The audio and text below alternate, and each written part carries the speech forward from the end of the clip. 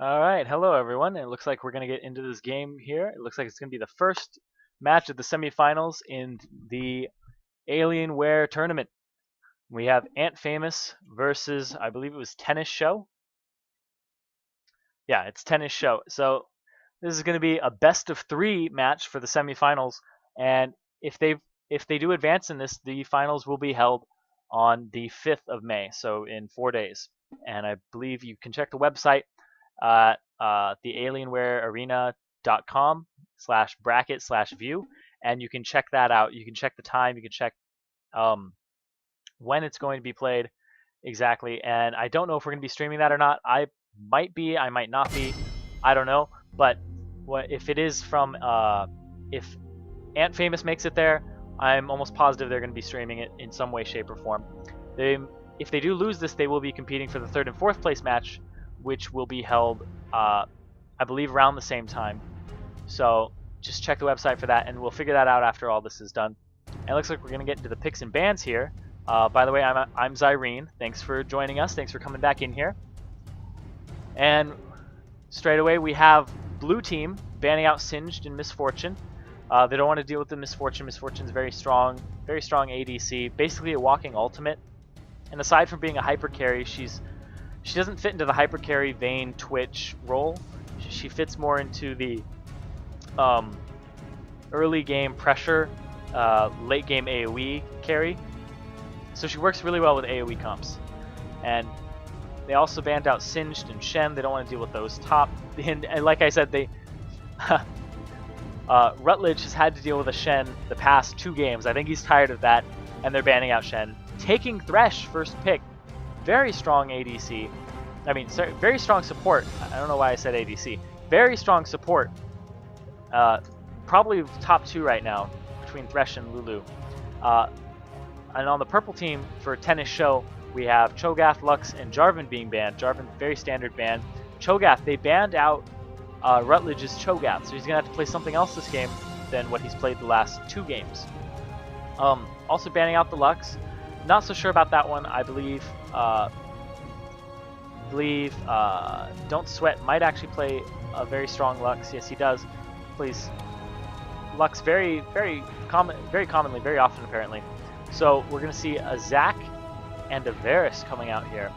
Zac, once again, very strong jungler. We saw him last game. He was doing a lot of work early on, but the teamwork of Ant Famous was able to overcome that and really rise above that. He did get very early ganks and kind of snowballed the game in his team's favor. And aside from getting the bottom inhibitor and getting DC players and things like that, the Ant Famous was able to come out on top of that by capitalizing on their I just so noob. He got the hyper carry Kog'Maw. He was able to just hit people with the Bioarcane Barrage from a safe distance. They missed flash taunts on him over and over again, and they just capitalized that, rode that all the way to the bank, took the Baron, and took the Nexus. And it was very, very well played by Ant Famous there, behind almost the entire game, but they were only behind because there were so many towers taken. So, behind in gold, but they ended up catching up and passing them at the very end, and it was very well played by them. So we're going to see an Amumu jungle this game from Bella. You know, a little different than what Bella's been playing. But Bella's been playing those assassin-y junglers the last 2 games, and is now going to go for that team comp AoE Amumu. So they have a Thresh, an Amumu, and a Graves, all kind of AoE heavy. Like, that's a very AoE heavy ulti from Graves. The buckshot, the collateral damage. We have the Curse of the Sad Mummy coming out with the Tantrum, and just the constant damage coming out from Amumu, as well as the box from Thresh, which is very, very, very good. And also he can Lantern Amumu into fights, so can really position him very easily for his Curse of the Sad Mummy if it's played very well. And we have Twisted Fate coming out here for Purple Dango, who's probably going to trade it off to Don't Sweat TT. And Twisted Fate looks like he plays a very good Twisted Fate as well. Twisted Fate, very scary early on. He can roam very easily with the help of his ultimate Destiny and just pop up into lanes where you don't want him. So we're also going to have Rutledge take a less tanky top this time. He's going to go ahead and take this Wukong, and it looks like the last pick on the purple team, Tennis Show, is going to be to counter that Wukong. They're going to figure out what they want to run against that, and then they're going to just maybe counter him, maybe play what they want to play for their comp. But either way, the last pick is going to be their top laner in this matchup. So once again, we have Varus coming out, whose ultimate is actually quite hard to hit. The Chain of Corruption is very difficult to land. It doesn't have a lot of wiggle room. You have to hit the person right on to do the damage to them and get the spread going from the chains. So if you miss it, if you whiff it by a foot, an inch, or it stops a little short, it's not going to do anything and it's wasted. But it can turn a team fight around otherwise. I personally feel like they need to buff it a little bit. They need to make it so that if you throw it on the ground, it'll spread to people, because when people miss it, and pros miss it all the time, it does nothing. It's wasted. It's absolutely useless. It just disappears. So I feel like if you throw it on the ground, it should stay kind of almost like a Fizz ultimate, where somebody walks on it and they pick it up. I mean, at least that's a little bit useful, and it has a little more wiggle room. But Varus, it just kind of disappears and it's gone. So we have the Karthus coming out too, who's running Teleport to counter that Twisted Fate. So Jay Dizzle looks like he's going to want to run Teleport and just follow that TF, really discourage him from ganking other lanes. And Karthus is very scary when he teleports into lanes. He can, even if you kill him, he still usually ends up getting a kill of some kind. And Karthus might not even have to blow the teleport and might just have to use his Requiem, his ultimate, in order to pick up kills from other lanes, or at least assist them. So we're going to have Varus Blitzcrank down bottom. Blitzcrank not taking Exhaust. Blitzcrank taking the Ignite. So it looks like they want to go for kills down bottom, but I really feel like that's going to hurt them later on, not having the Exhaust on their team. Exhaust is very, very good late game, and if your ADC has it on them and the other one doesn't, it's about 2 seconds of lockup. 2.5 seconds of lockup. It really slows their attack speed, stops them from orb walking, lowers their damage output, and really makes just their life a living hell for 2.5 seconds, which is all that you need to really turn a team of fight around. We also have Elise coming out here against Wukong. Elise does have personal sustain items, using her R, changing into her spider form, and then using her W, makes it so that every time she attacks and her spiderlings attack, she gets HP back. So you get a bunch of spiderlings, you W something, and her spider form is completely manaless. Her repel, her bite, her Q doesn't cost any mana. That's what I want to say. It doesn't cost any mana. Neither does her W. So no matter what ability she uses when she's in her R form, she's manaless. Whereas Wukong is a mana champion, as well as Elise in her human form. But if she is farming, she can just max her W, stay in lane for sustain, or max her Q if she wants to do poke in her human form. And she'll probably start with some mana pots, maybe even a crystalline flask, or something along those lines. She's not a very good 2v1er though, but neither is Wukong. Neither have a ton of sustain, and her sustain is completely based off hitting creeps multiple times. Whereas if you have a ADC like Graves and you have a support like Thresh or a support like Blitzcrank, you're not going to get as many hits off on creeps as you would like, because they're going to be zoning you. They're going to be having that hook potential on you under turret. So they're really going to want to hook you and stop you from getting that CS and really punish you for being so far up. So both teams actually having the Blitzcrank and the Thresh, so a split between them. So they're going to have a lot of grabs coming out here, and the Amumu as well. So level 1, I would like to see Ant Famous invade. I think they do have the stronger invade. They have the TF card for the stun. They have the wild card for the stun. They have the bandage toss for the stun and gap closer. They have the buckshot, which is very strong level 1. It's a lot of damage, a lot of spread out damage. They have the thresh hook as well. And they have the Wukong armor shred, which can hit multiple people. Actually, no, sorry. His dash hits multiple people. His armor shred just resets his auto, but it's still very good. The more attacks you can get level 1, the better. So Zac, not too strong level 1. And then we have on the other team, we have Blitzcrank, who is very good level 1, but you really need a team that can follow up on that. Elise iffy level 1 because if you go Cocoon, she has really no damage output. So it does no damage at all. So if you Cocoon somebody, you really rely on your team to do the damage. So if she does land it, she doesn't have her Q. She's not going to be able to neurotoxin and then bite them. So it's kind of a trade-off there. Varus, not a very strong level 1 either. He synergizes with his kit. He needs his full kit to do his max damage. And then Karthus is actually quite strong level 1. If you can constantly get Skittles on people and poke them down from a range. So Karthus might be their best bet. He can also get a wall and discourage engagements with his wall, because when you pass through it, it slows you and it shreds your magic resist, and I think some armor, unless I haven't played him since they nerfed him. I believe it shreds defensive stats to some degree when you pass through it. So it's really it's discouraged to walk through the Karthus wall, the Wall of Pain, because it makes you take more damage. So I guess that's why it's called the Wall of Pain. Aside from it doesn't do any damage to you, it just makes it so that you take some more damage than you normally would for a couple seconds afterwards. So if you're just joining us, I'm Zyrene, and we're watching Ant Famous compete in the Alienware tournament for, I believe the prize pool is $1,750. I believe it might be just the whole prize pool overall, consider first, second, and third place. So that might be like $200 per person first place, $100 per person second place, and $50 per person third place. I think that's right. I'm not sure, unless it's $350 per person, and that's the $1,750 for the winning team. Either way, there's money at stake here.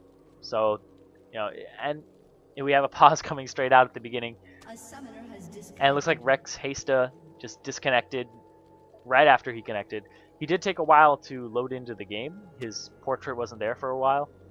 So the Blitzcrank looks like they really want him level 1. They wanted to pause as fast as possible, because if they do have an invade, Blitzcrank is going to be the key to their invasion. Getting that hook off, hooking them over the wall, making sure that they haven't wasted any seconds buying. So looks like they really want to have Blitzcrank up and ready, and actually, the same distance as everybody else. Because if somebody gets a better start on you and they walk up, they can be about a second or two ahead of you. And if they end up that far ahead of you, it's unfortunate when that turns into a kill, or you walk into a bush and they're already standing there because they got a 1 second lead on you, and then they see you walk into the bush. So this level 1 is very, very important, depending on who gets there first, who runs to what bush. So we're gonna have a unpause coming out here. It's gonna get resumed, and as you can see, down here, for some reason it doesn't jump for 2 seconds. So now I'm 16, 17 out of 2 seconds behind. So you got to speed it up and get back to where I was. It's a strange thing that happens with pauses. When people pause, it messes up the game for the spectators, and it puts me a couple seconds behind.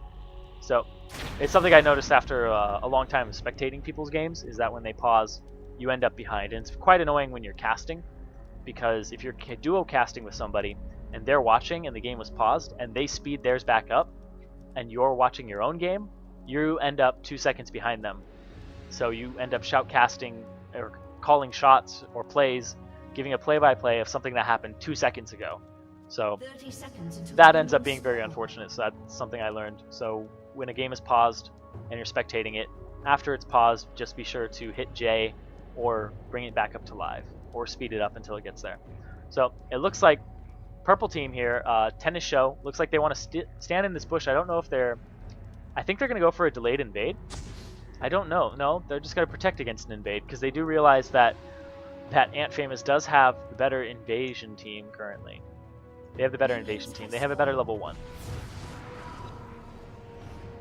So, pause coming out here. It might have been Varus this time that DC'd. I'm not sure. But anyway, it looks like blue team, looks like Ant Famous is going to not do a lane swap. They're going to keep their lanes the same like always. They're going to have Graves down bottom with Thresh. They're going to have him just pick up those double golems. Right now they're just waiting to see if they try to invade.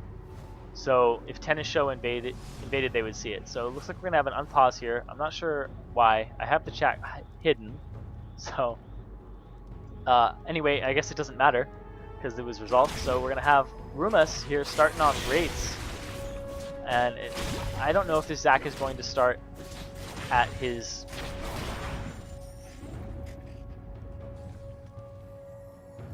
This Zac is going to start at his red. It looks like he's going to start at his red here. And oh, they're going to give Karthus. They're going to give Karthus the blue level 1. It's what it looks like. And Karthus is very good at doing objectives. So because his Skittles do more damage to single targets, he's going to take a lot of damage here. But he uses a potion. He's fine. He's going to back. He is going to have that red. I mean, not that red. That blue buff. And I think they're going to put him in the 2v1 lane. I think they're going to put him down bottom in that 2v1 lane. Right now, they really want to just zone out this TF, stop him from getting fed, stop him from farming, and that's going to be very detrimental. Although he doesn't have a blue on Zac, that's not a big deal. Zac is a manaless champion, and he can do that. You can give your blue to another player. So they did ward Amumu's jungle, and they see that Amumu's doing it. AF Rutledge having some trouble up top because he isn't ranged, and Silnetto is. It looks like I Just So Noob taking a tower hit for some reason. Getting a little overzealous on the tower. It has taken a decent amount of damage here. Jay Dizzle just now getting into lane and picking up some CS. But he does have that blue buff, so he's going to be able to just spam spam his Skittles all day. And Silnetto does have Cocoon and can throw it into the bush and reveal Wukong. And it looks like that's exactly what he's going to do. He's going to chase him in spider form. He doesn't have his Q up for another second or two, and Rutledge is having a difficult time here with Elise. Elise is very bully intensive top. Since she doesn't have any mana when she uses her Q in her spider form, she can really dish out a lot of damage without hurting her mana pool. Her Neurotoxin on the other hand does take mana, so it doesn't look like she's been like really focusing on that. She took a Fairy Pendant first, or Fairy Charm. So she's not going to be too hurt on mana. Down bottom, we do have them pushing the turret, and they do have a ranged support this time. So they're going to be able to hit it with both Thresh and Graves, as opposed to, what they had before, which I believe was a Kog'Maw and Nunu. And Nunu can't melee it without risk of being hit. And don't sweat TT doing it. Oh, we have a hook coming out here from Purple Dango. I Just So Noob getting the flash out of Karthus here. Very well done. Very nice hook. Actually bringing himself to Karthus and then hitting him back. And we have Bella hitting Stiletto here in the jungle. Stiletto does use the Ignite, but AF Bella getting taken down here very low. We have the teleport coming out. The Ignite coming out on Stiletto. Jay Dizzle is there though. AF Rutledge has the Ignite ticking. He does flash. He does get the first blood, so it's totally worth, I guess. Wow. So AF Bella not giving up the buffs either. So very good by him. There's a nice flash over the wall. When he did bandage toss, it was unfortunate because he hit a Spiderling instead of Elise again. And that just had Best Eskimo NA coming up top. They did lose the turret down bottom for Tennis Show, but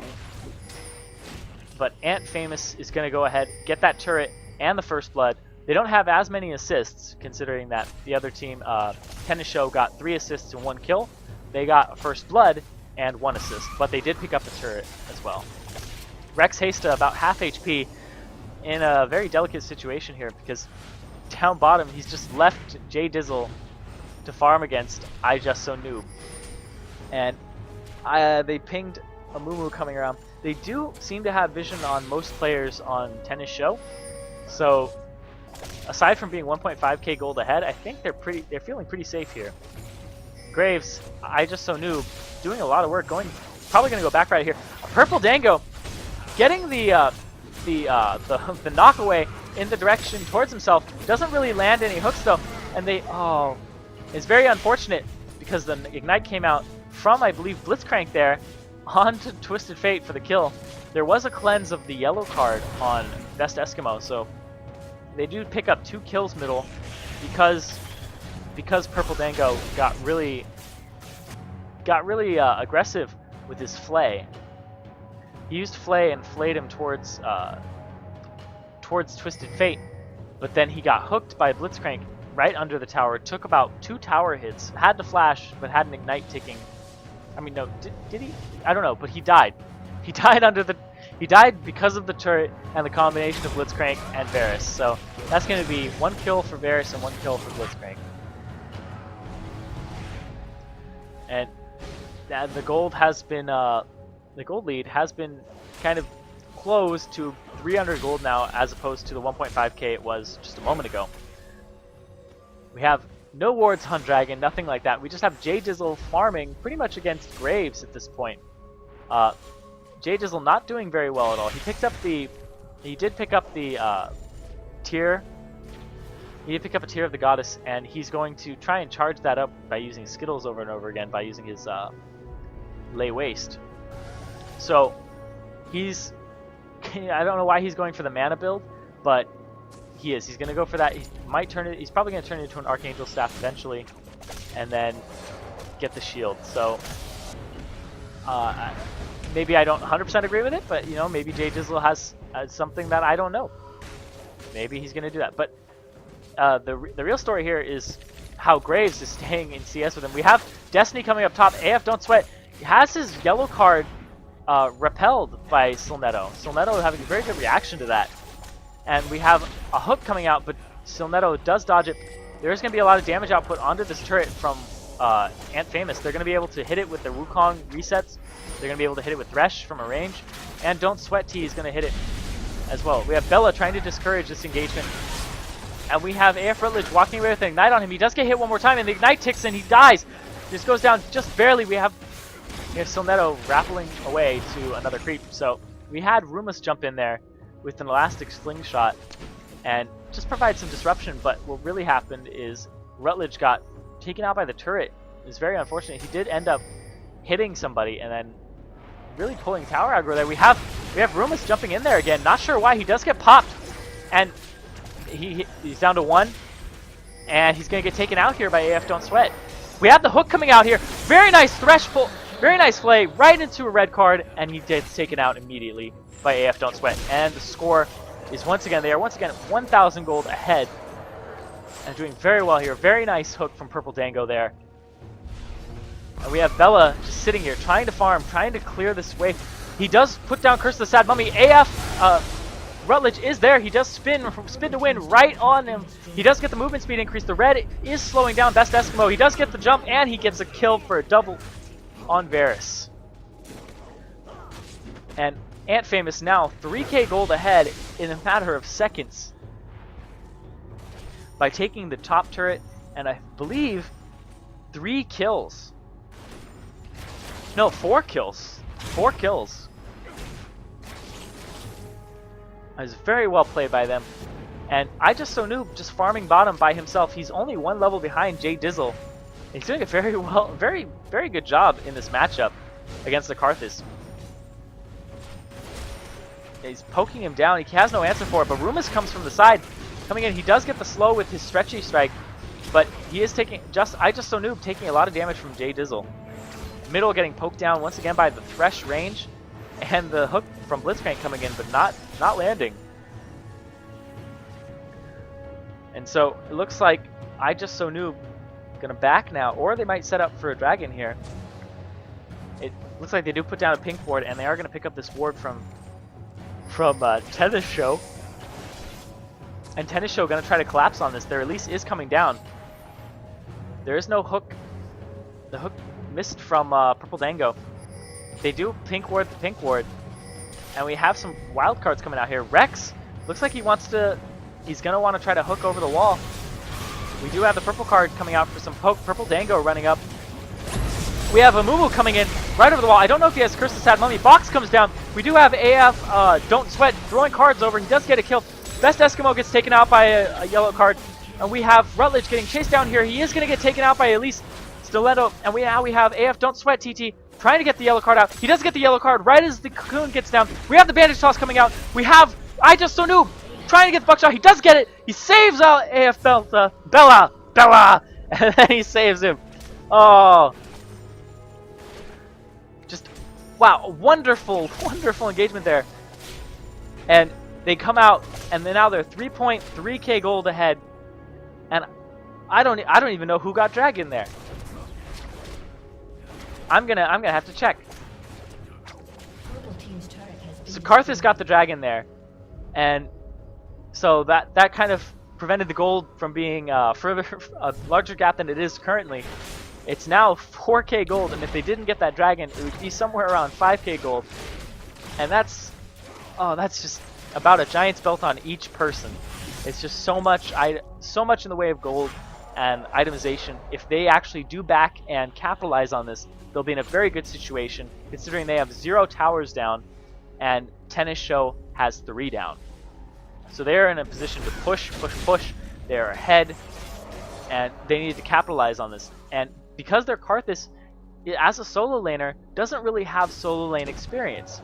He's level 9, but I Just So Noob is level 9 as well. He's able to just come and match him experience for experience. They're the same level. Karthus is now level 10. You know, he should be somewhere like level 11 or really close to it right now, but he wasn't getting the farm that he wanted to. He did end up getting about 82, coming up and being ending up farming multiple lanes later on, but he should be around a level 11 right now. He should be having that level 2 ultimate.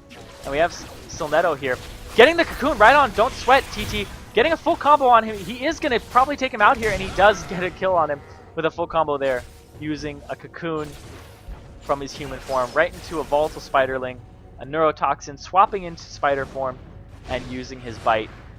The flash away, but the repel chases him down with the ignite ticking, and he gets the kill.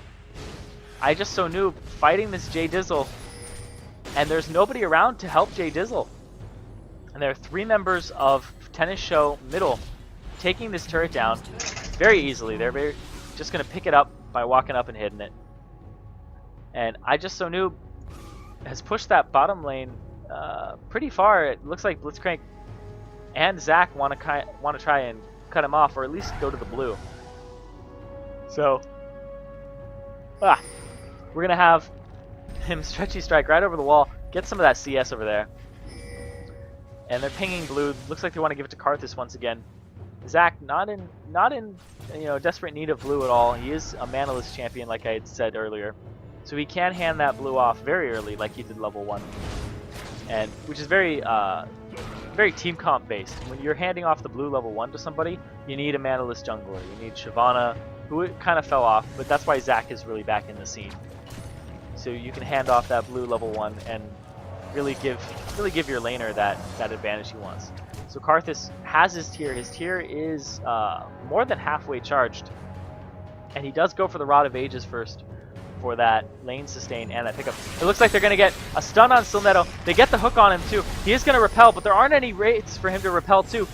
I believe his flash is down. I don't know if the bandage toss went out, but we get the hook right on AF. Don't Sweat TT. He is going to get taken out here. The Curse of the Sad Mummy comes out a little late. Just bounced, just ended, and we have a double kill coming out from Blitzcrank here. We have the cocoon right over the wall on Purple Dango, but the Elastic Slingshot closes the distance. AF Rutledge jumps in. They're just trickling in now, basically getting taken out one by one, and he uses his decoy just to walk away. So they thought they had the engagement advantage there, but they didn't. The repel from Silnetto gave them just enough time to come and reinforce him, and they were all in a prime position from Tennis Show to back up that Elise. So at least Silnetto doing a lot of work for his team.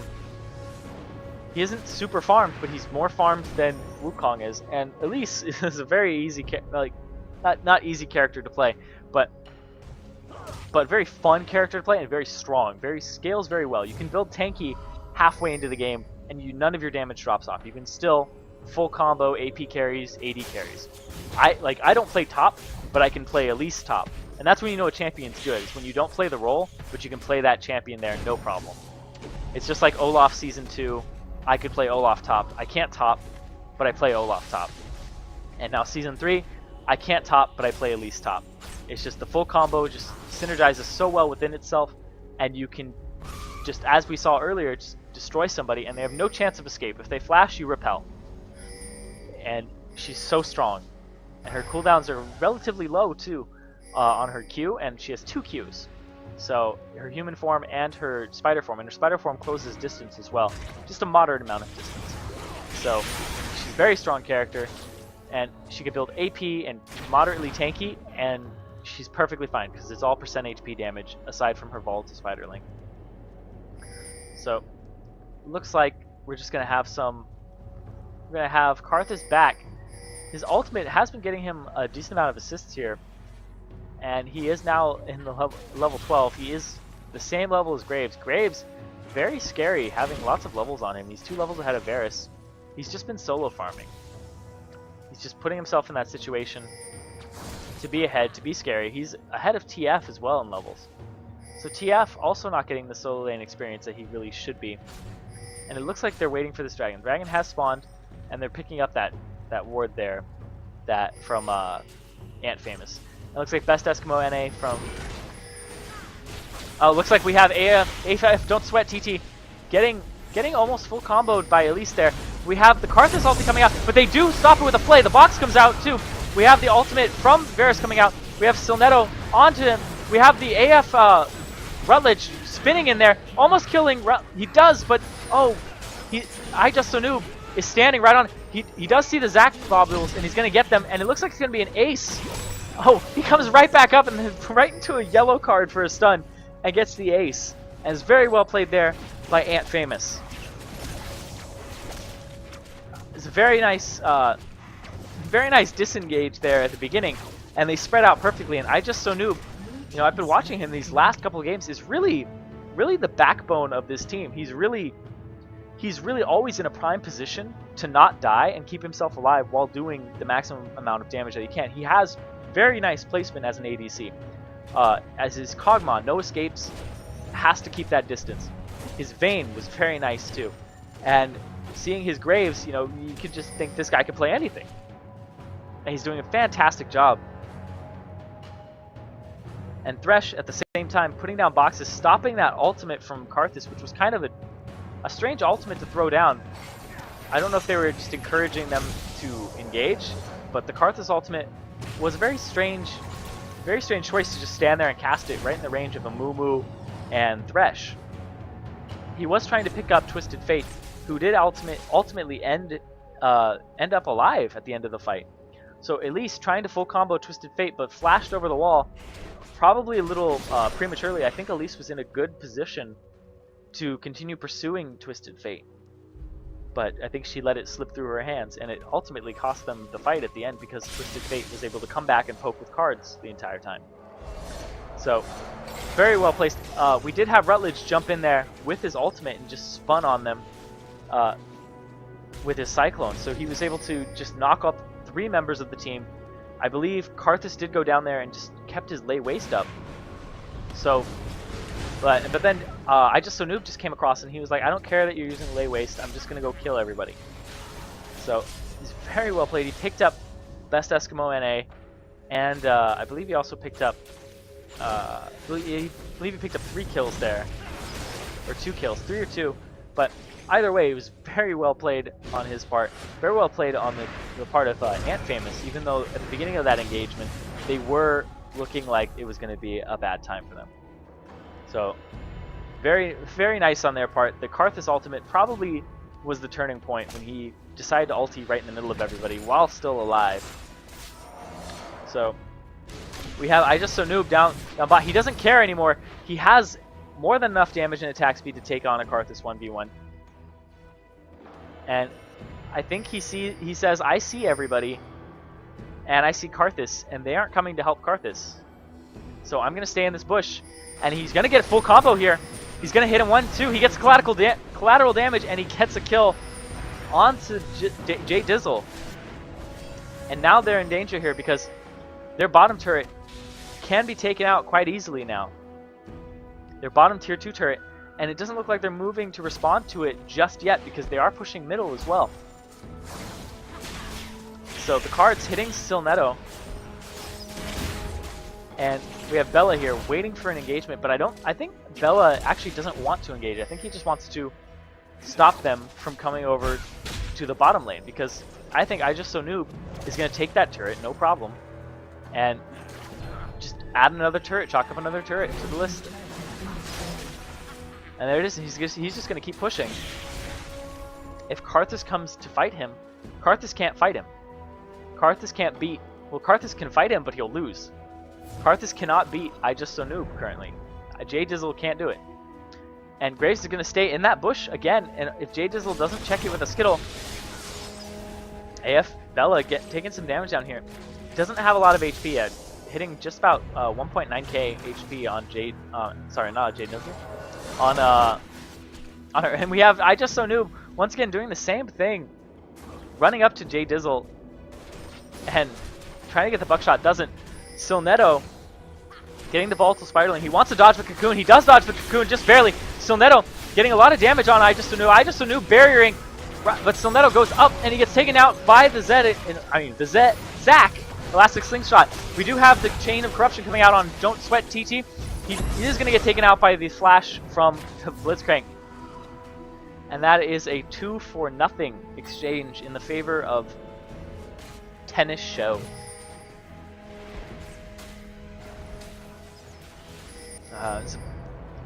Very nice. I Just So Noob was chasing Karthus down. Couldn't really get the kill. I mean, he wanted to get it very, very much so, but he just couldn't do it.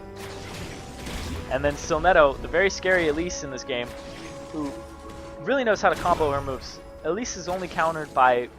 It's funny because she does HP % damage, so she's pretty much only countered by HP and magic resist. But as Elise, you usually build Magic Pen. You usually build the boots, and you usually build the Leandries eventually. So she's a very scary character, does a lot of damage while being tanky, and does % HP damage, but also has a flat amount of damage on top of it. So she's very good against squishies. Very good.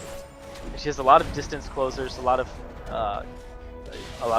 she has a stun, a distance closer, and she has a very low cooldown hop that is used on enemies, and it can really close that distance as well if they did somehow get away from you.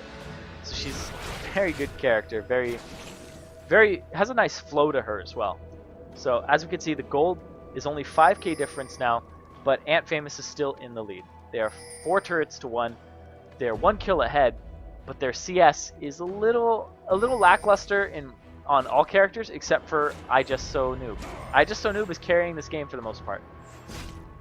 And we have Purple Dango getting a hook onto Rumas.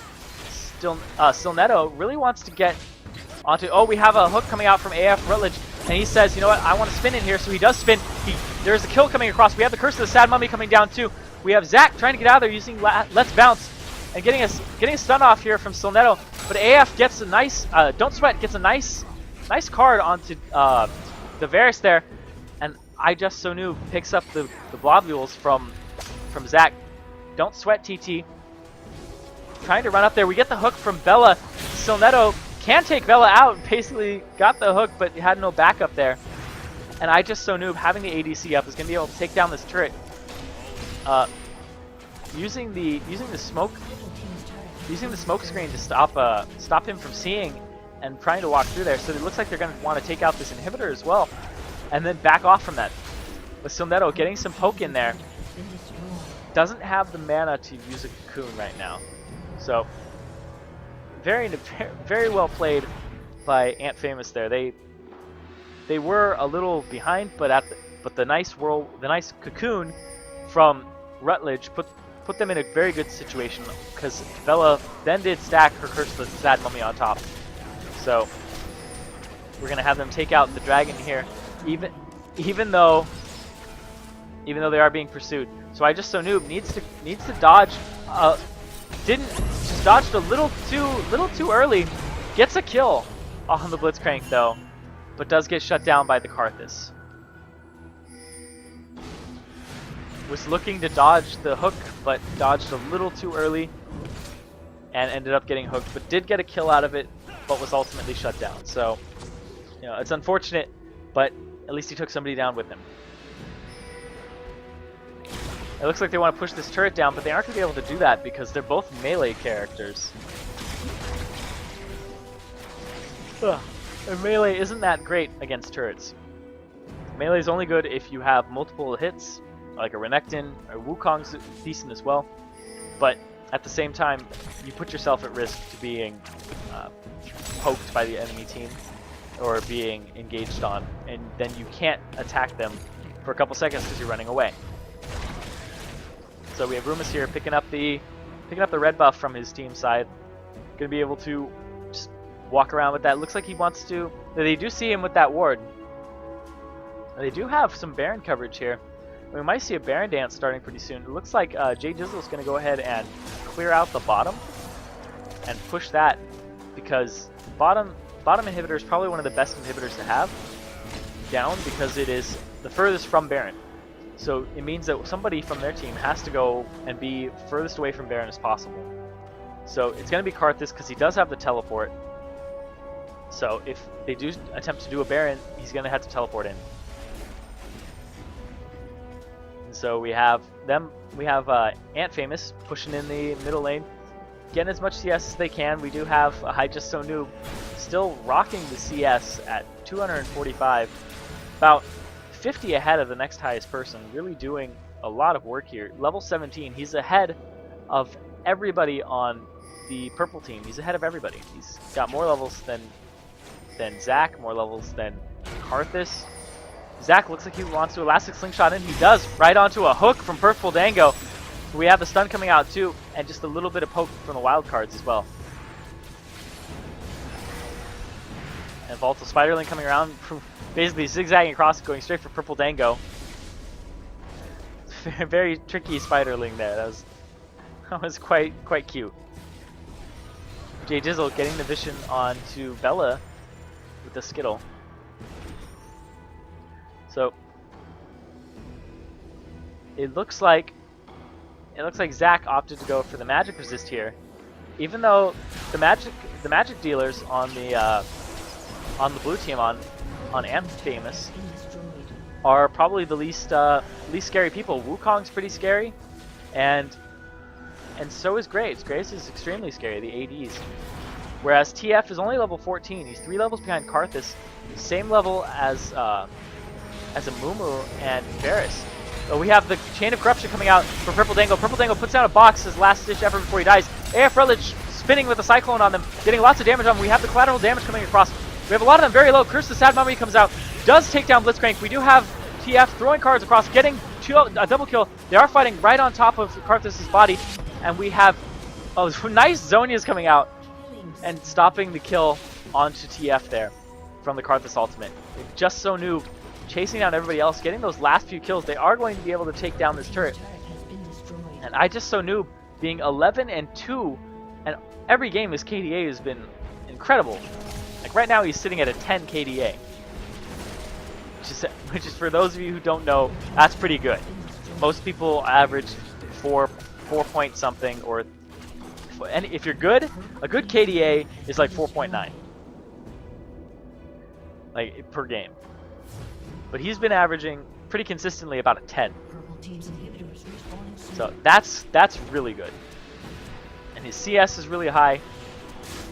His pushing is really good too. He's 4 levels now ahead of Varus, his lane enemy. But even though Karthus is really his lane enemy.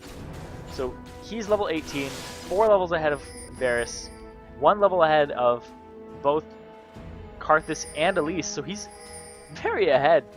Has a lot of CS, a lot of kills, a lot of items. So he's just being a force to reckon with. And we have Purple Dango missing a hook there. And then we have another hook being missed by Rex Hasta. Karthus is bottom. His teleport is down.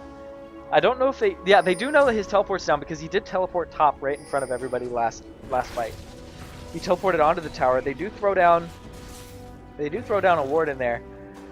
And AF Bella can't clear that ward out because AF Bella has Sunfire Cape. As soon as you walk by Baron with a Sunfire Cape, it's going to aggro you.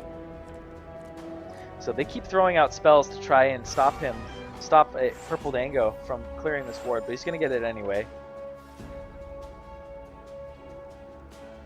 And they're setting up in the jungle for a push. They do see them though. They do know that Ant Famous is going to go ahead and push this out. They have no towers left. All of their towers are gone except for their base towers. As you can see, it's 9 out. Twisted Fate. We have Don't Sweat TT going ahead and using his Twin Shadows there. They do pick up the inhibitor very quickly because I Just So Noob is so farmed. And the hook coming out from Rex Hasta, he gets stunned over here. Want to move the camera over here, thank you. And we have Blasted Slingshot coming out. We have the box coming out. We have Cyclone right on top of everybody. Curse the Sad Mummy locking up Blitzcrank. Jay Dizzle's not going to be able to survive here. Gets taken out by I Just So Noob. I Just So Noob getting lots of hits on Rumus here. Jumps, flashes into Varus, kills him.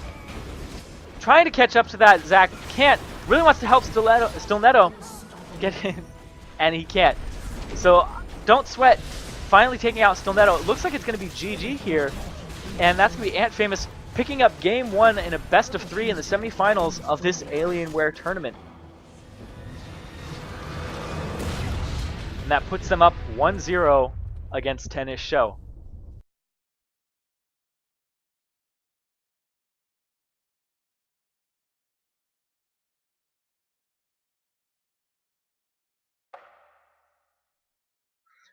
And it looks like I'm getting invited straight into the game because it's just going to be a remake.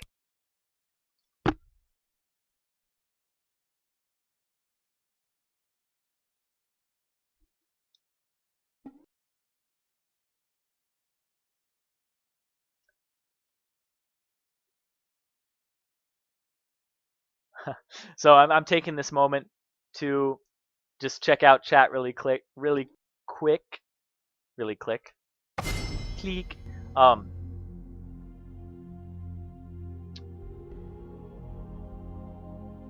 Yeah, this is a best of 3. And apparently Rutledge has a boyfriend and a girlfriend.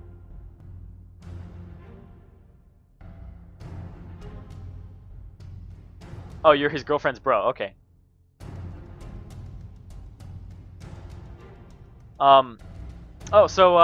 Colored Scarf. If you want to, I don't know if somebody linked you to the College of Casting. That's where I'm from. I'm from the College of Casting, which is run by Dylan, and they also have Riot Jaws over there. So he really hooks people up with casting jobs. You really have to just enjoy it. You have to set up your casting, and you have to really just kind of love it.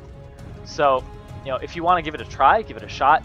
You know, I believe this is the Facebook group for College of Casting, and Dylan runs it. You know, just tell him you're interested in being a caster, and just go there. He puts up events all the time.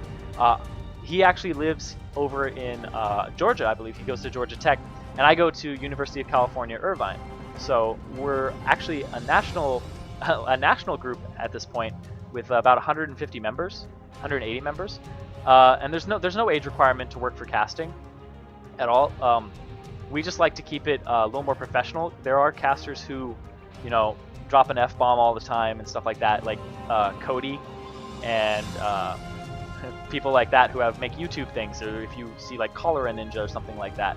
Those people like to curse a lot, and that's part of their thing. They drink when they're casting, and they're very entertaining. That has a lot of entertainment value to it. We actually take a different approach. We like to have the more professional shoutcaster kind of air to it, where we aren't dropping F-bombs. We're trying to keep it so that everybody can view and everybody can learn something from watching, and bring our insight to the game, and have a lot of knowledge as well, and pass that on to people. Because you have people watching streams who are maybe Silver 2, or maybe just starting the game for the first time, and they really want to know what it's about.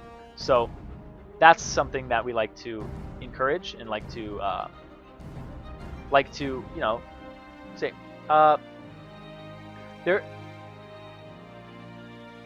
yeah, you can send a request to the page. Dylan usually accepts requests. Just you can talk to him as well. Let me see if I can pull up Dylan's Facebook and just give it to you there.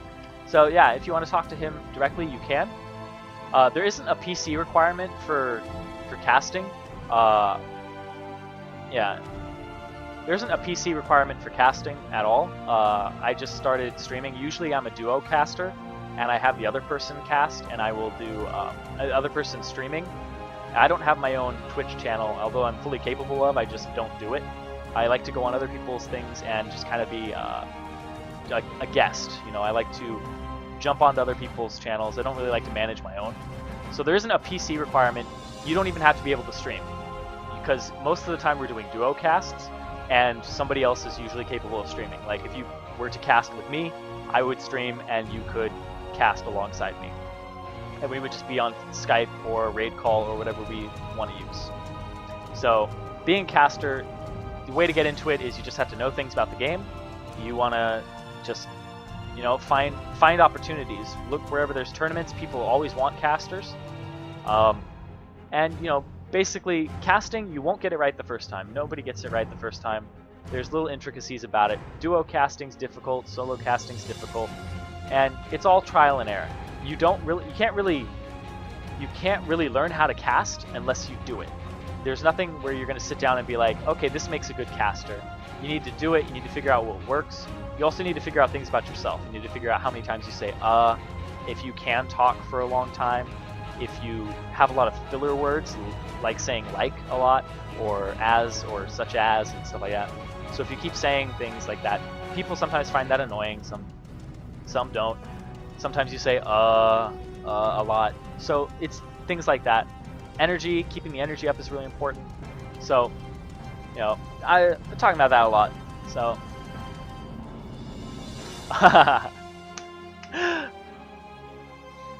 yeah. And Rutledge, you know, I see. I wasn't talking crap. I read it wrong. I read it incorrectly. Yeah, so getting the hands-on experience is very important. And having ADHD, I guess, helps. It might help. So, and we don't really you don't really discriminate against people who cast and have little nuances in their voice. Like I know one person who casts for us who has a lot of nervous twitches. When he gets nervous in the middle of a team fight, he'll start laughing like nervously and then have to continue it. And it's a little annoying, but at the same time, he's not going to get better unless he casts. So it's all about casting, learning how to cast. We have an AMA up there from Jaws, who's a professional shoutcaster who's casted with D-Man. So you can really look at that, and he gives you some really useful tips on how to set up a duo cast. Because when you first walk into a duo cast, you're kind of like, well, we both want to talk at the same time. Which one of us gets to talk when? And you can't really say, okay, now it's your turn at the end of what you're saying. So you kind of have to figure out a dynamic that is fluid, where one person is the shot caller and the play-by-play, and the other person is the color/analysis. So one person will be calling the shots, and then immediately after you have the other person chime in and say what happened with that fight, why it went this way, what they need to do next, how can they counter that, and really ask questions to each other and bounce off of one another, because it's kind of boring when you have one person talking in a duo cast with it's kind of like a solo cast with light commentary is probably the worst way that a duo cast can end up going. And I know solo casting is difficult. Solo casting is also, you know, not as interesting, but you know, sometimes you have to do it. Yeah, that's pretty much the dynamic. Is one person is saying what's happening in the moment, and then the other one says what they need to do in the future and what just happened in the past. And the colors also like, you know, just little fun things bouncing off each other, keeping, you know, the energy up and the mood light. So that's really the typical dynamic is a play-by-play and an announcer.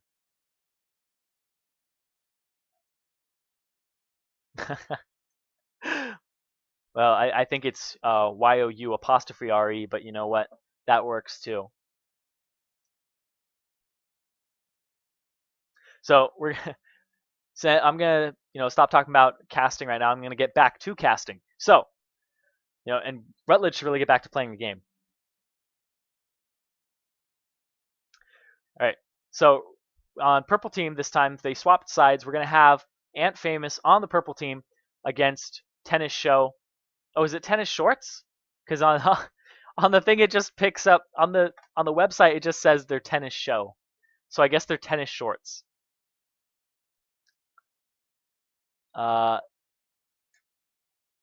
Yeah, they are tennis shorts. That's wonderful. That is wonderful.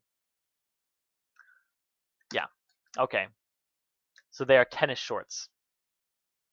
So it's tennis shorts on the blue side versus Ant Famous on the purple side. Looks like they wanted to ban out the Cho'Gath, Sona, and the Jarvan. They didn't really see anything that was too much trouble for them. This game, though, Ant Famous did go for banning the Elise. Yeah, they did ban the Elise, and they didn't want to deal with that. It was just blowing up the TF too quickly. They did leave TF open, but Don't Sweat TT went for the Zilean instead this game. You know, I guess they want that revive onto Vayne. Vayne is very, very scary, and if you can peel for Vayne, and if you give a revive on her, she's just devastating. You focus her, and then she's just back again.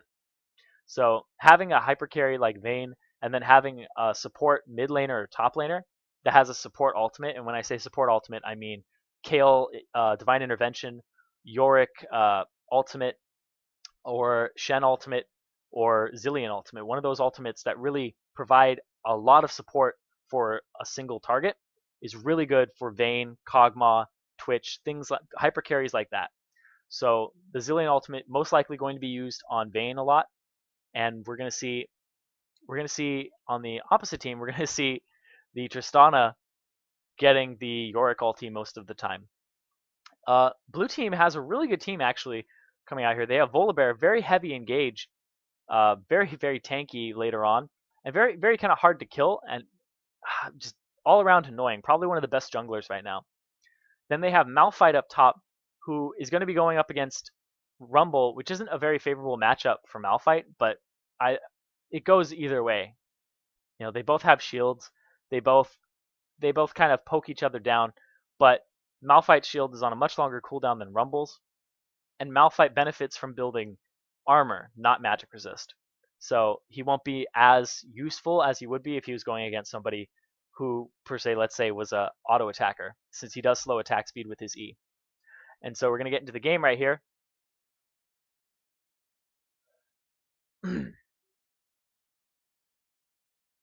And as the game is loading, you're gonna. So last game we really saw the whole dynamic of I just so noob really carrying the team, but they were giving him a lot of support as well. You can't just give him all the credit. He's very good KDA all throughout that match, but he was really standing on the shoulders of giants already. These players really know how to back each other up. They really know how to provide the support for him and do well in their lane without completely throwing it out the window. So I just so noob actually lagging right now with 445 ping. We have 1, 2, 3, 4, 1, 2. It looks like skin advantage is once again in the favor of Ant Famous. So they also have the Vayne Alistar, which worked for them in their very first game today, and it worked very well for them. The peel works very well for Vayne, and we're also going to have the Zilean against, I believe, the Yorick, unless they're going to have Malphite in middle. I'm not quite sure. We're going to have to see how that one turns out. It's going to be a little strange either way. It might be an AP Malphite. I think it might be because Jay Dizzle was the AP last game and Silnetto was the top. So I think it's going to be Silnetto top and Jay Dizzle's going to be middle with the teleport, and he's probably going to be going AP Malphite. Best Eskimo NA down bottom with Thresh. Thresh is, once again, not really a great character to run against Alistar. Alistar is kind of like Leona in terms of does really well against hook characters, does really well against Blitz and Thresh, because you do half the job for him if you hook him. So Leona also the same way. We have a Rune Guard Volibear. I personally don't like that skin too much. I kind of like the classic skin a little more. But it looks like we're getting into the game here. Hopefully, I just so noob isn't lagging so hard that we need to pause here and hurt my throat a little more from constantly talking. So we're gonna go ahead and get. It looks like we're just gonna have a standard start here. Nothing really jumping out at me too much. We're gonna have the ADCs start with the Doran's Blades. We do have some quick buys coming out from tennis shorts though.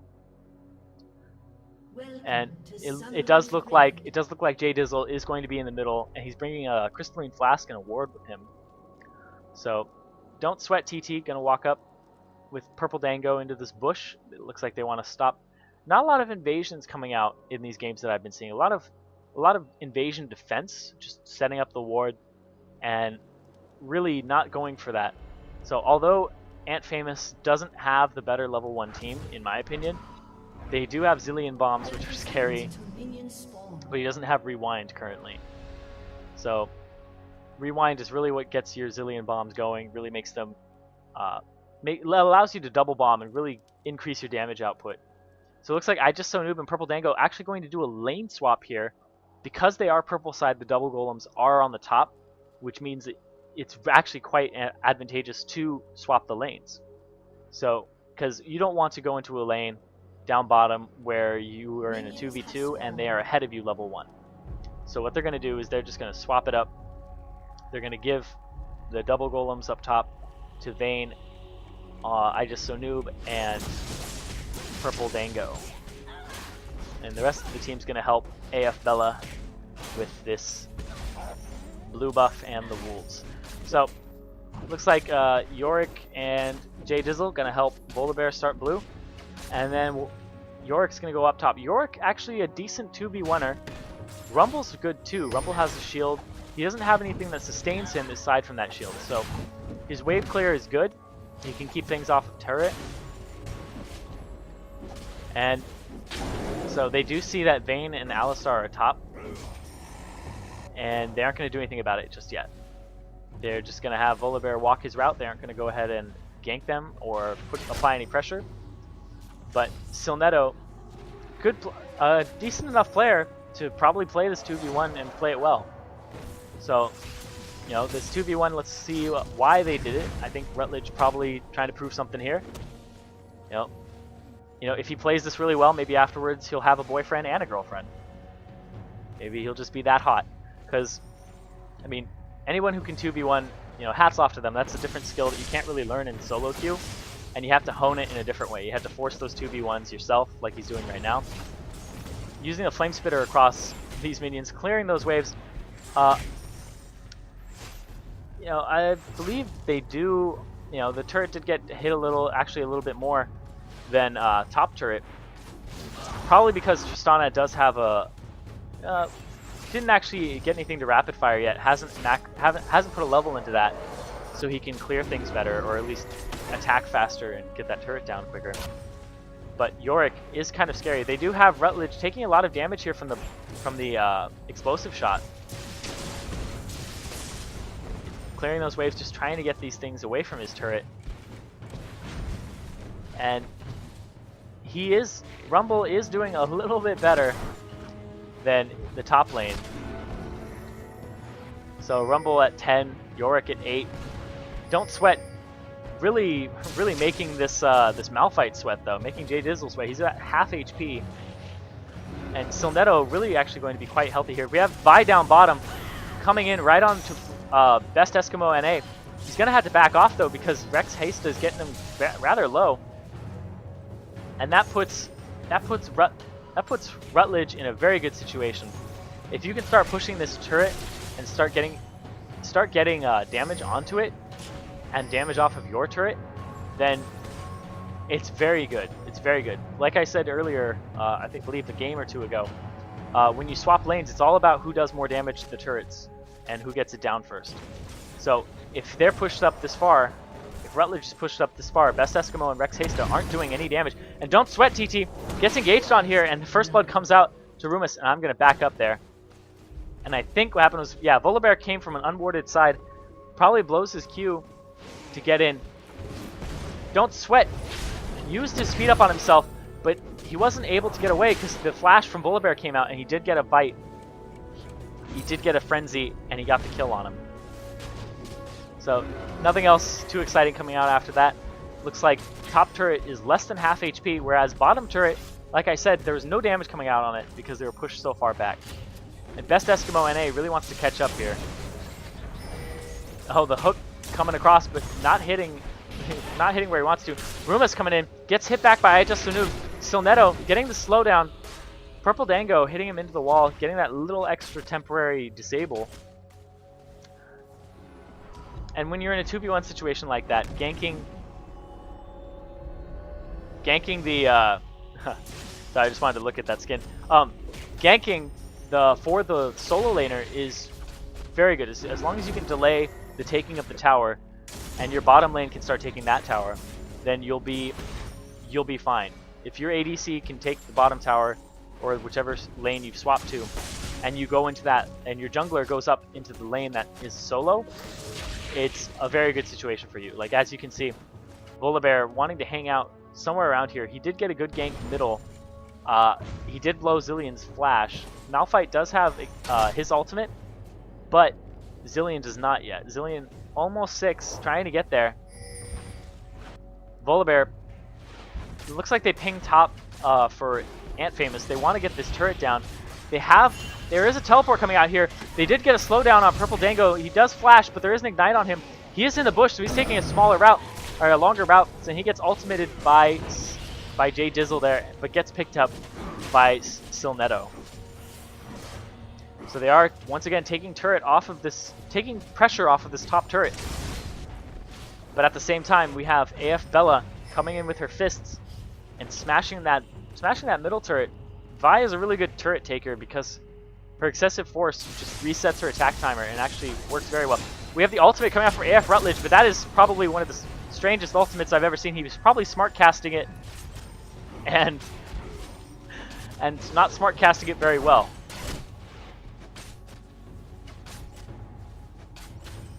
Might have been a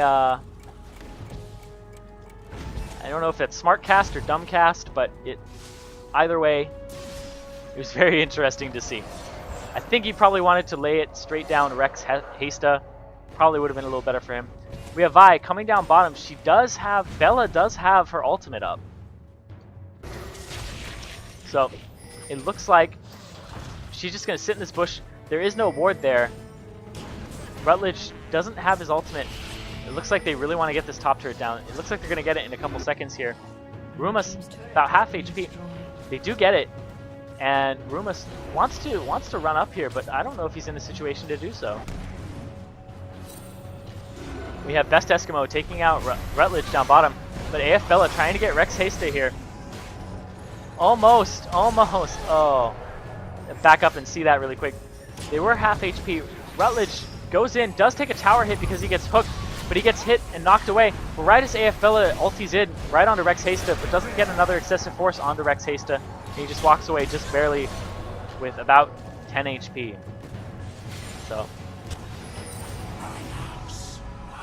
looks like they're going to back down bottom after that very, very narrow escape. Although they are 4 kills ahead, they are only 1,000 gold ahead, which is about 3 kills. But because they have a turret in the favor of Ant Famous, they're going to be able to close that gap a little bit, and it's not going to be as bad. Also, looking at the CS, everybody is pretty much neck and neck. Everybody is neck and neck. The only difference is about 1 CS per person and 3 between Rumble and York. So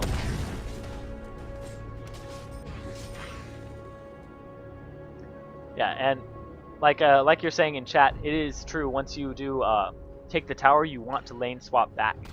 You want to take the tower, lane swap back, get that dragon control going again. And that's really what it's all about. It's about taking that turret, getting it down as fast as possible. Which is a little strange that top turret was the one that went down first. You know, because Yorick has a lot of sustain, has decent wave clear, not as much as Rumble though. But considering that Alistar is a melee support and Thresh is a ranged support, it's really kind of in the favor of Thresh to take that turret.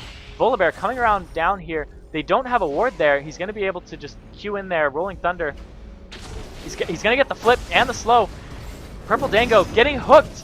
Just barely getting stunned. And now he's going to get flayed backwards. He looks like he's going to get taken out here. He did survive a long time, but Vi coming in. Bella trying to get... It looks like Best Eskimo. Both the barriers are down. Gets killed midair. Rex Hasta getting the hook onto Iso Noob. Iso Noob tumbles right in time, but he does get taken out there. Bella flashing for the final hit of her 3-point on excessive force. Getting Rumus very low. Rumus almost has Rolling Thunder. He does have it up. He does bite with a frenzy, but he gets taken out for a double kill by Bella. That's a very well played, very well micromanaged more or less. It wasn't so much the engagement, but it was so much the skills and the jumping around that really put that in Ant Famous's favor. That was really well played, and they end up only being 700 gold behind, and which is nothing. That's pretty much nothing. That's, you know, 2 pairs of boots. That's not a huge deal at this point in the game. 11 minutes in, it's what, 5% more gold? If they're at 14k, 700 gold, it's about 5%. They have 5% more gold, so it's not that big of a deal. But they do have 1 turret, which gives them more map presence and map pressure, and it looks like they are going to converge onto the dragon here, and they are going to pick this up. Ant Famous look like they're in a prime position to do this. Rex Hasto walking up. Purple Dango not I don't know if he didn't have his he didn't have his pulverize up because he had used it to damage the dragon as opposed to pulverizing Rex Hasta, which could have been a very bad situation for Rex Hasta there. And now they take the gold lead by about 200 gold. And Rutledge in the top lane, farming against this Yorick. Farming pretty much even. They are even. But it looks like Rutledge is going to get poked out of lane here very shortly. Considering that Tear of the Goddess is on Yorick, is on Silnetto, so he's going to be able to sustain in lane because his ghoul, one of his ghouls, does give him life back when it does damage and when it explodes. We have Volibear once again coming bottom. There is a ward that's going to see him, but he Rolling Thunders in. He's going to get knocked away with Condemn. He does flash in. There is a teleport coming in from Jay Dizzle. Jay Dizzle does have a bomb on him though, and he does do some damage to them. But Best Eskimo does pick up Purple Dango there. That's a nice teleport in, but Bella having the right response here, getting in on this turret, using excessive force to just batter it down, and they do take the bottom turret for blue team, and they don't get middle because Silnetto is there, and so is Jay Dizzle. So it looks like they want to take this red buff away, and Bella coming in around. They do have a ward there, so they're going to be able to see when it goes around. They do smite it. Ruma smites it and picks it up for himself. Bella and Don't Sweat TT. You know, kind of sad that blue went away, but you know, they're gonna live. Zillion has a chalice. He's gonna be fine. He has the CDR, putting bombs onto the Tristana, getting some unavoidable damage there. Bombs are just once you get really good and really fed, just farmed on Zillion, the bombs are just a terror. Rutledge silencing himself. Double bomb coming in on Jay Dizzle there, just poking him down ever so slightly. Don't Sweat TT really looking for the mana regen, but we have Silnetto running into Purple Dango, getting him to about half HP. And Silnetto there finishing his mana Mune. Looks like he wants to go for a Muramana after that. So, and something really strange I noticed on Vi is he went for the Blessing of the Lizard Elder and the Madred's Blood Razor. So it looks like he wants the damage and the passive clear. They do have different names, so they do sack. And the turret gets killed again, but then Rutledge has a very bad ultimate across again, and Vi gets picked up by Rumus here, but there is an ultimate on Purple Dango. It does drop to a bomb on Rumus, but there is a Yorick ulti onto Yorick, and they're just going to disengage on that one. And once again, that Rutledge ultimate being smart cast, but kind of being detrimental. I wonder if he's getting frustrated at those, or, you know, because those are costing them team fights.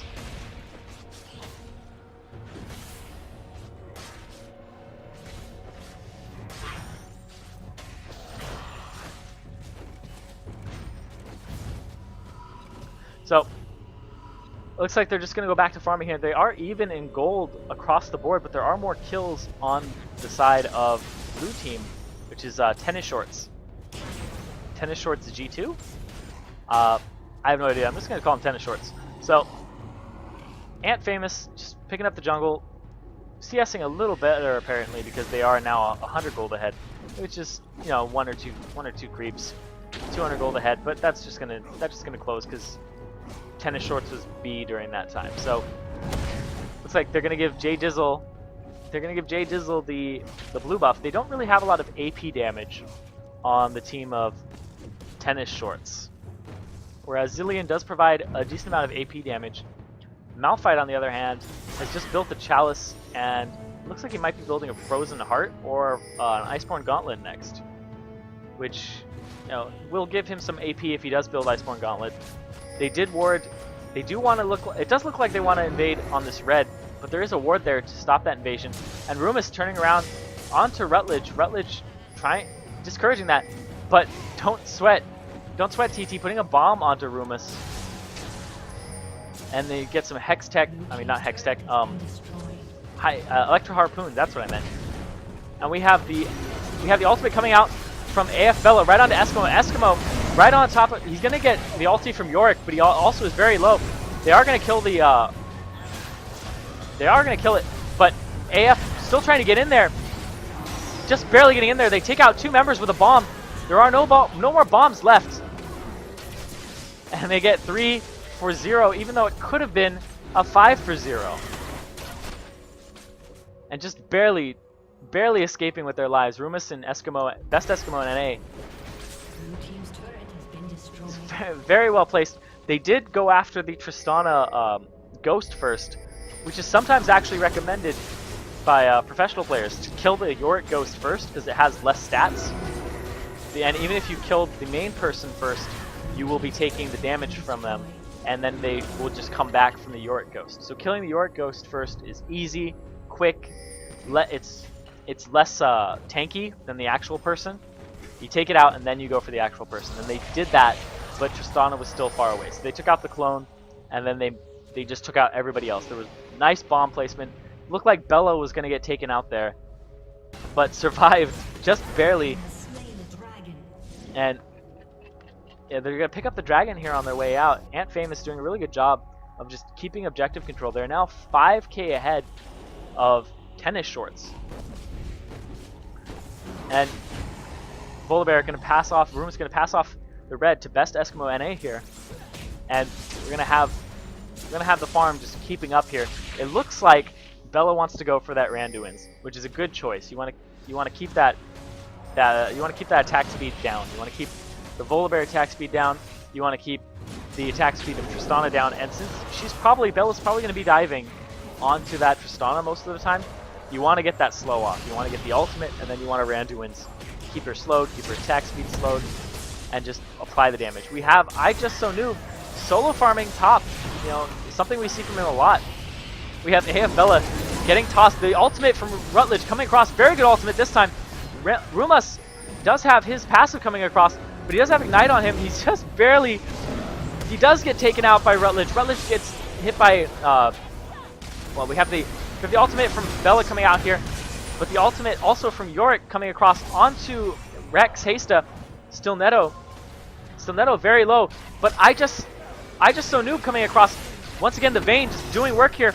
He does get the kill onto the Thresh. He is going to get the kill on Jay Dizzle as well. Is he going to go for Stilnetto? No, he's not going to go for Stilnetto. And we have the ultimate from Don't Sweat TT coming out onto the Vi at the last second.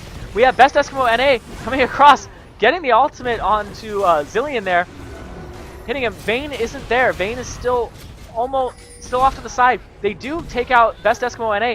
Vayne has the movement speed from her passive chasing, but she's going to get slowed here, and Stilnetto is going to get taken out with a nice combo, and now it's going to be a kite game. Rumus is going to be able to bite. He's going to be able to bite soon, but he's not going to be able to. He's not going to do it. He's going to get taken out here. He needs one more shot. He tumbles. He tumbles into the wall, and it stops it. So he just barely misses his range for that last and final shot on the Volibear on Rumus. I Just So Noob, just getting a little too anxious, a little too soon. Rumus though, gonna get picked up here. Oh my god. He got picked up because he had stayed too long. Didn't see that I Just So Noob was coming across. There were no wards there. So he popped his ultimate and tumbled, so he was stealth. Closed the distance just by running up to him and hit him twice, and he was gone. So, very well played by I Just So Noob. Once again, pulling a very nice game, 5-1-3 and CSing very well. But he is tied with Tristana for CS, and their kill difference isn't too bad. Tristana, that last fight, I'm not sure what happened. It looked like she used her W to provide some extra damage. I looked like she rocket jumped in, killed someone, and then killed Zillion, and then decided, I'm going to rocket jump for damage, and decided to rocket jump for damage instead of jumping away. We have Jay Dizzle getting engaged on, getting a bomb on him as well, but Purple Dango getting the headbutt pulverize combo, but not really capitalizing on it. Still Neto has a bomb on him, and doesn't want to bring it to Jay Dizzle and stop his back. So Best Eskimo NA needs to really keep his range here. Tristana has one of the best ranges in the game. As she levels up, she's going to get more and more range, so she's going to be able to keep her distance. But she's not. She's jumping in, doing tons of damage, but still using her rocket jump, which she did decide to max second instead of her Q. She maxed her rocket jump second, which is a little strange because rocket jump is good damage, but at the same time it puts you at risk, even though one of Tristana's... Oh, they're going to get Rumus out here. They do get the ultimate from Bella onto Still Neto instead of Best Eskimo NA. Bella does get tossed back. We do have Rutledge throwing his ultimate across. Best Eskimo NA does use his barrier. We have the box coming out from Rex Haster. We have the ultimate from Malphite coming across. And we have Purple getting taken down. We have the ultimate from Zillion on himself. He is trying to pop bombs on people. He does get it popped, and it's not looking good for Anfamous here. And that is a 1-for-4 exchange with 3 members very low, but Vayne still up. So it was a very strange fight. It looked like it was going to be in Ant Famous's favor, but he gets the final hit using his ultimate. He does get that hit. He is going to barrier here. Picks up Still Neto for a double kill. Malphite does not have ultimate, not going to be able to follow. I just so noob. Not being a noob. Being the only person on his team to survive, making that actually almost worth it. Being a 3-for-4 overall. With that double kill and the kill on Thresh previously. So 7-1-4. Once again, that is an 11 KDA for I Just So Noob. Doing lots of work here. I don't know how many times I've said that, but it's just incredible how consistent he is. And I love Vayne, and I love that he can play Vayne and play it to this level. So he's hyper carrying, and he's doing what a hyper carry does best. Looks like he's going for that season 2 build, not taking Blade of the Ruin King, which is a very good item, but at the same time, I think he's comfortable without having it. I think he's fine with the peel that he's going to provide himself. He's more than happy to just pick up a Last Whisper. And Blade of the Ruin King is kind of a money sink, and it's only effective when the other team has above 3k HP. That's when it'll start doing more damage than Bloodthirster. And since nobody on the other team is particularly tanky, except for maybe Volibear, but he isn't stacking Giant's Belts, so it is in his best interest to pick up that Bloodthirster like he did. And we're going to have Purple Dango putting down a Pink Ward here, contesting the Baron, and we might see a Baron soon then. They do have Vayne. Vayne is very good at doing Baron, and since they are letting Vayne solo farm, level 15, once again, the highest level in the game is the ADC on his team. So they are going to duo this with Purple Dango and I Just So Noob. They are going to just get some damage onto the Baron. They are going to take it out. Looks like Purple Dango getting kind of low. Might have to back off in just a second. I think they suspect that it's happening too. They don't really see it, but they see it. But it is taken out. Jay Dizzle really wants Purple Dango, but he's not going to be able to get in there without committing too much. I don't know if he has the damage. He does flash away. Jay Dizzle over the wall gets exhausted. Purple Dango, they're both about the same HP. And over here, while I was paying attention to that, we have a hook coming across right onto Bella. We have Best Eskimo NA's clone getting taken out. And they want to get this turret here. And it looks like Malphite does get back in time.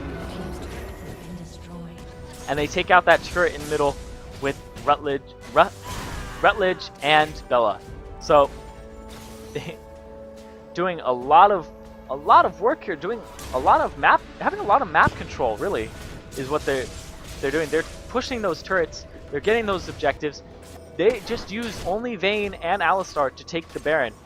Vayne, it's almost like Vayne soloed it and just had Alistar as a meat shield. That's pretty much all he had to be, was just a meat shield with not even that much, not even that many items. He just has one defensive item for armor, and then he just has some HP. So he probably popped his ultimate there to try and soak up some of the damage and give himself more damage as well, considering as his ultimate does give him flat attack damage, I believe, every time he levels it up. So looks like they're pinging red buff. They want to give it to Vayne. They want to give it to I Just So Noob, who is doing a ton of work for the team. I'm gonna keep saying that. He's very impressive, actually, and the way that he just controls his character. And he's gonna go for a Banshee's Veil too. This is pretty much season 1, season 2 double lift. More like season 1 double lift. Yeah, season 1 double lift build for the most part. Just rushing these items and getting the Banshee's Veil, because Banshee's Veil just keeps her alive, gives her the MR, and gives her HP as well, HP MP. So very, very impressive here. This is the second match of the best of 3 for the semifinals in the Alienware tournament, and this is Ant Famous Gaming on the purple team, and on the blue team we have Tennis Shorts. And if you are for some reason just joining us, I am Zyrene, and so right now we have the bottom inhibitor completely open, but they don't have anybody in front of Vayne. She is kind of engageable on. They are trying to get the, yeah, they're having the same thought I am, trying to get onto it. We do have Volibear, Rumus flipping it up. They do have Stilnetto fighting I Just So Noob. I Just So Noob getting taken out here by, he gets taken out by Tristana, who had a clone of himself out. This might be very bad for Ant Famous. They do have the box coming out. Rex Hasta, best Eskimo NA, does have the clone. He is going to be able to take out. Oh, he does. It just barely expires. Rumus runs up for AF Bella with the home guard boots and the fling. He does get the hook on. He does fly himself towards AF Bella. Probably not the best idea. He is going to get taken out here with a nice 3-hit combo. Rumus does have enough damage. I believe he has enough damage to take out this Vi. But she's going to be able to get over that wall because he used his Rolling Thunder on something else. It's a 4-for-4 exchange there, but an inhibitor was taken. But at the same time, Ant Famous Gaming did have Baron buff during that fight. So what happened there was Vayne was left alone, and Stilnetto was on Vayne, but also Vayne was, I Just So Noob rolled towards the inhibitor, towards the Nexus in a way, and really best Eskimo NA got the clone from Stilnetto, got the clone from Yorick, his ultimate, and then he just used both of those to wail on the Vayne from a distance, and then Vayne got knocked up from Jay Dizzle's ultimate on the Malphite. So, you know, very well done by Tennis Shorts there. You know, you would think being so far behind they wouldn't even be able to put up a fight, let alone against somebody who has Baron buff. But they did a very good job. And now they cornered Jay Dizzle. They get him with the headbutt pulverize. He does ulti away. He needs one more hit. He is going to get some backup here from Thresh, and he's going to be able to walk away. And Don't Sweat really wanted that kill, chasing him with the speed up. And we had, in the middle actually, I missed it, but Tristana and Volibear took out Rutledge. So Rutledge got taken out by Best Eskimo NA, and it is a 4v4 down top, up top. And we have a bomb doing a lot of damage to Best Eskimo NA right there. And it looks like they're pinging to do Dragon. It looks like they want to do Dragon. I'm not sure who pinged that, but either team is kind of in a position to do Dragon. More so the purple team is, because they don't have an inhibitor down. The inhibitor is down for blue team, Tennis Shorts. So they're looking... Oh, I Just So Noob stealing the red buff from Tennis Shorts, leaving that one up so he won't have the respawn timer, but the other team is going to have to clear it before the 5-minute timer starts for that buff. And we have Bella. I believe Bella's soloing the Dragon right now. I Just So Noob going to be in a 4v1 situation here. Realizing that's probably not the best place to be. And Dragon gets picked up by purple team, Ant Famous. So they're going to be able to just profit off of that gold. And once again, looking at the CS, CS is pretty much dead even across the board, except for Vi and Volibear. And then the kills are really where the difference is. Yeah, that's really where all the gold is coming from, is those objectives being taken. Lots of dragons in the favor of Ant Famous, and then the Baron as well as just one kill. There's one kill difference, but you'd think it was more than that, but there's 11k gold coming from somewhere, and you're like, is it the 20 CS difference between them? Is it the 40 CS difference between Vi and Volibear? That's not 10k. It's the Baron and the dragons just adding up, as well as the 7 towers that they have. And Vayne, not there. I just so noob, once again being late to this fight. There are a bunch of bombs on Rex Hasta though. He's going to take him down to half with just 2 bombs. Very scary. And he's going to stick around. Looks like he wants to... Oh, we have a Pulverize, Headbutt Pulverize coming on from Purple Dango. We have the Equalizer coming out. We have Rumus trying to keep them down. Stiletto getting taken out by Just So Noob. Just So Noob trying to take out Jay Dizzle here. He does have the Zillion ulti on him. I Just So Noob takes out 1, takes out 2. He is on Eskimo. His ultimate from Zillion just came off, and that's an ace, a 4-for-1. And that's I Just So Noob just cleaning people up, and the AoE from the bombs and the Rumble ultimate, as well as the Rumble Equalizer and the Flame Spitter, just doing lots of work. And that's going to be game 2, undefeated. Ant Famous Gaming going undefeated in this series and across the tournament. And they're going to be in the championship game coming up, which isn't today, but I believe it is on the 8th.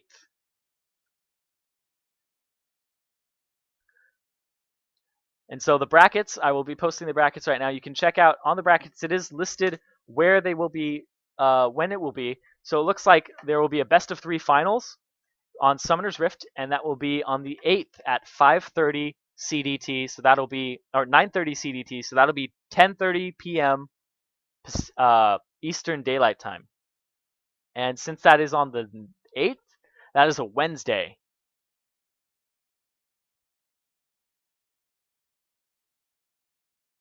All right. So once again, I know it's a Wednesday. Alienware, strange. So thank you guys so much for stopping by. Thank you guys so much for watching the stream. I hope you enjoyed it. Once again, I'm going to give a shout out to antfamous.net. It's a gaming community. You should check them out. They have a really nice forum. They have a lot of game types that you can like just pick up, little fun games you can play with your friends or make friends there. Whatever you want to do. As you saw, they have a really good team. So check them out, support them. Come back. I believe we might have a stream Wednesday of the finals. So stick around, like it, or favorite the page, favorite the stream, the Twitch stream, and just give them your support. So thanks for stopping by. Thank you so much for coming to the stream. I hope you enjoyed it, and congratulations to Ant Famous. Thanks for letting me cast this, and everybody have a good night. Oh yeah, and by the way, I'm Zyrene. Thanks.